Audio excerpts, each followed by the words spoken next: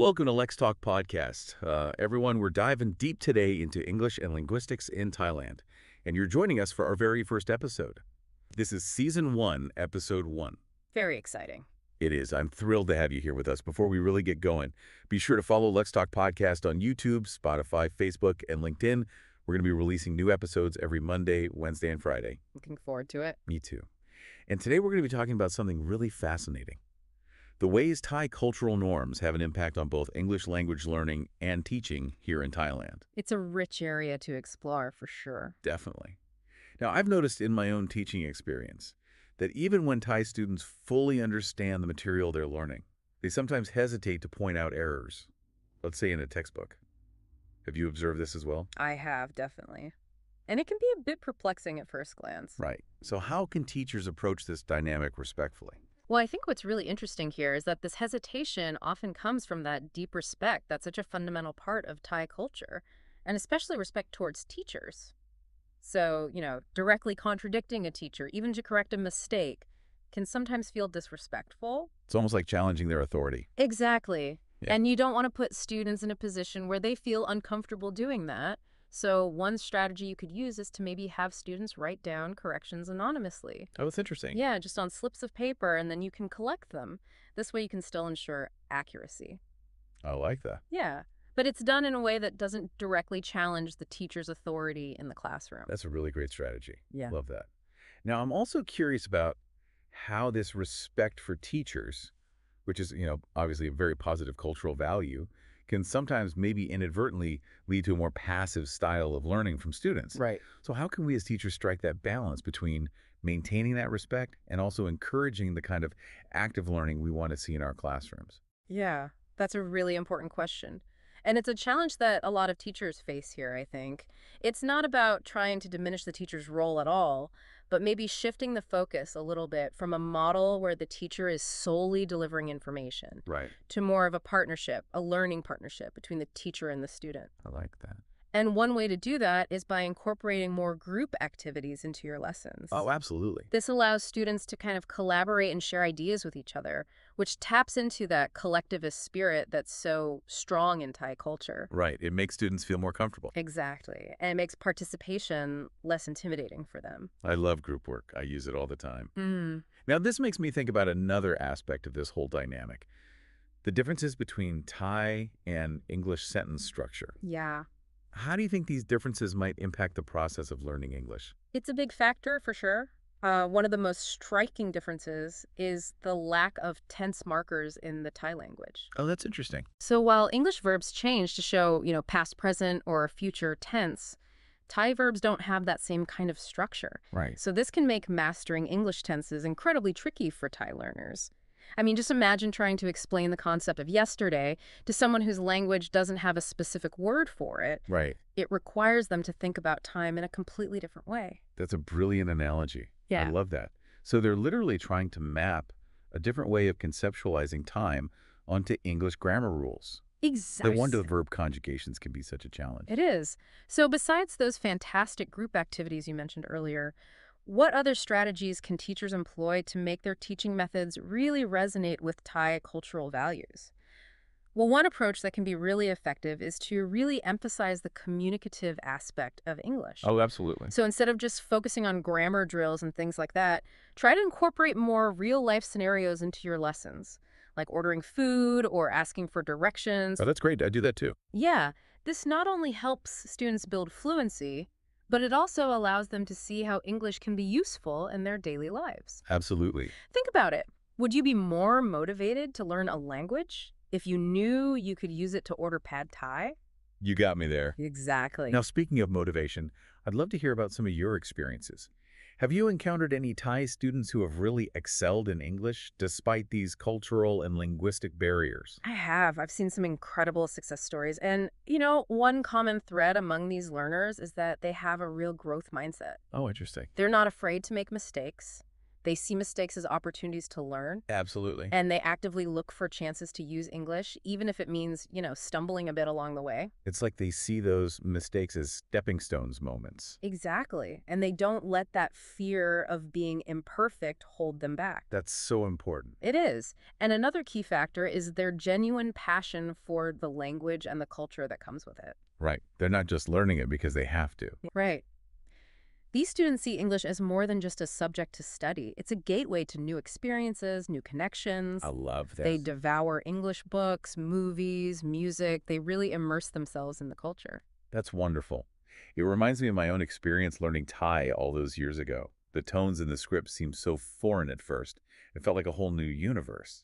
But it was that desire to connect with Thai culture that kept me going. It's amazing how powerful that intrinsic motivation can be. It really is. Now, before we move on to our next topic, I want to pick your brain about something. Well- We've been talking about how to adapt our teaching to be more in tune with Thai culture. But how can we ensure that we're not unintentionally reinforcing stereotypes Right. or limiting our students' exposure to diverse perspectives? That is such an important consideration. And it's something that we as teachers need to be really mindful of. It's all about finding that balance, you know?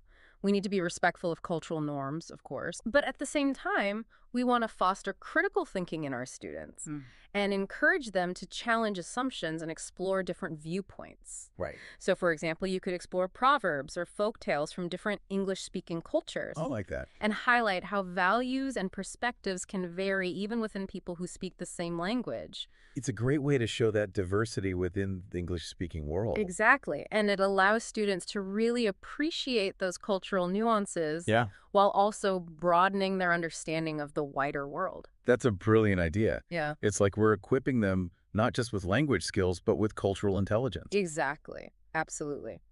Now let's shift gears a little bit and talk about something we often take for granted: the actual sound of English.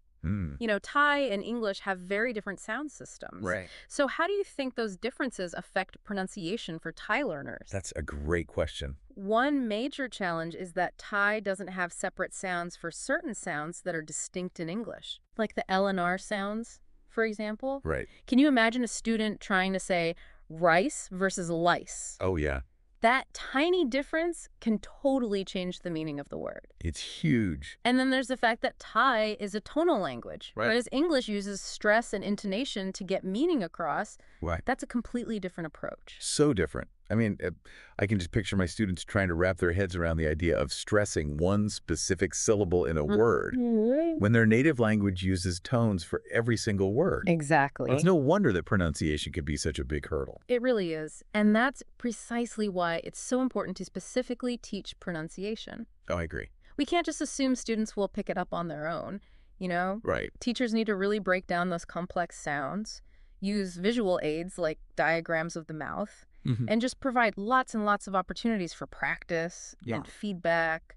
And technology can be a huge help, too. Absolutely. There are so many amazing apps and software programs out there now that give students audio feedback so they can actually compare their pronunciation to a native speaker's Yeah. and really fine-tune those tricky sounds. Exactly.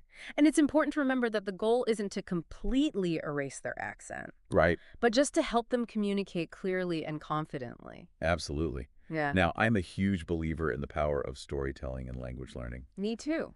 How do you think we can harness that power for Thai students?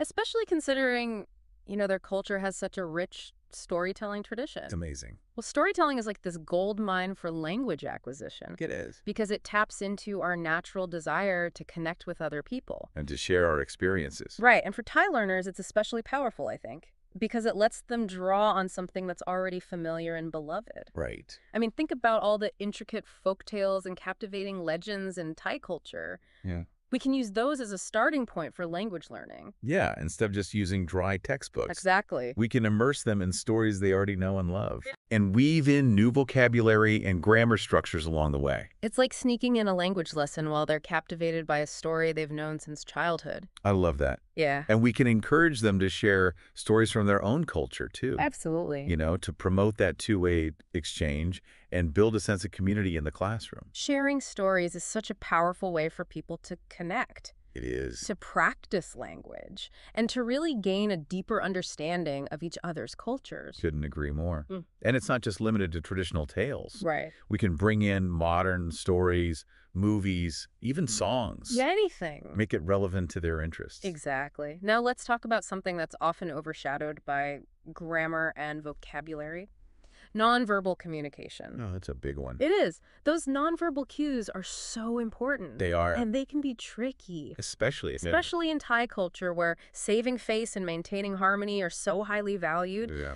Those nonverbal cues play a really subtle role, Right. like direct eye contact, for instance, which is usually seen as a sign of engagement in Western cultures, Right. can actually be perceived as disrespectful in Thailand, Interesting. particularly when you're interacting with someone who has a higher status than you. That's something I never would have thought about. And even a smile can have many different meanings. Really? We have to interpret it carefully depending on the context. So a simple smile could mean anything from, I agree with you, to, I'm feeling uncomfortable. Yeah, exactly. It all depends on the situation. Yeah. We need to be sensitive to those nuances. So we've talked about how Thai nonverbal norms differ from Western ones. But how can we help our Thai students understand those Western nonverbal cues? Which may be completely foreign to them. Right. Well, it comes down to providing clear explanations and opportunities to practice. Yeah. So we can explain, for example, that Westerners often see direct eye contact as a sign of honesty Right. and engagement, which might feel a bit awkward at first for Thai learners. Right. Role-playing activities and videos can be really useful too, Absolutely. to demonstrate those cultural differences. It's like giving them a decoder ring to help them understand those subtle signals that might otherwise go unnoticed. Exactly. Now let's talk about how we approach errors in language learning. Okay. Traditionally, errors were viewed as something to be avoided at all costs. Right. Like a bad thing. But how can we shift our perspective and see them as valuable learning opportunities for Thai students? I think that's so important. It's a crucial shift in thinking. Instead of seeing errors as failures, we need to embrace them as a natural part of the learning process. They're going to happen. Language learning isn't a straight line. No way. It's messy, it's iterative, Totally. and errors are like signposts along the way. They can guide us. They can. They show us where the learner is struggling, what concepts need more clarification, and where we as teachers need to adjust our approach. So instead of just pointing out the error and correcting it for them, Right. we can guide them towards discovering the answer for themselves. Exactly. So instead of saying something like, that's wrong, we can ask questions like, do you notice anything about the verb tense here? Or can you think of another way to express this idea? Yeah. This encourages them to really critically analyze their own mistakes. Right. And become more independent learners. It's about empowering them to really take ownership of their learning journey Exactly. with all its twists and turns. Absolutely.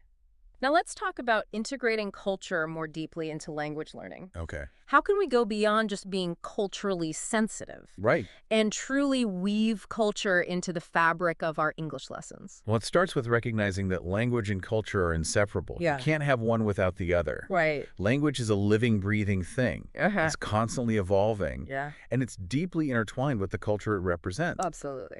So we need to move beyond textbooks and embrace authentic materials. Oh, I love that. Things like music, movies, social media posts. Right. Things that they actually see and hear in their daily lives.